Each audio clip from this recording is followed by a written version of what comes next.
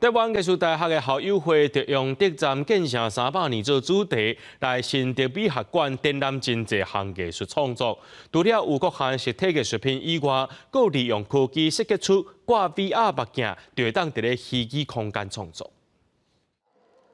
头挂 VR 目镜，透过手中的控制器，伫半空中画来画去，免10分钟的时间，一张色彩丰富的数位创作就完成啊！艺术家讲，甲一般的实体创作相比，透过科技会当互创意更较无限制性，通完全发挥。我就是要戴着 VR 眼镜，然后在虚拟的空间画出3D 立体的线条。我觉得最大不一样的地方是，它有很多想象的可能，然后你都可以直接的用你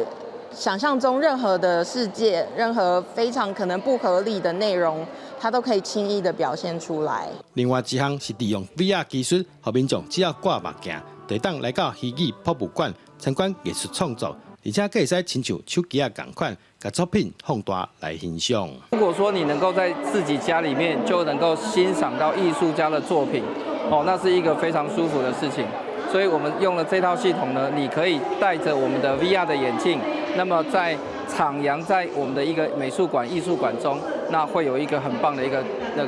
艺术体验。台湾艺术大学以德产建成300年做主题，在新竹美学馆展出多项作品，除了有新竹渔港水彩创作、新竹玻璃创作以外，也因为新竹有科学园区的关系，所以特别结合科技，让展览充满在地特色。记者刘君和新竹报道。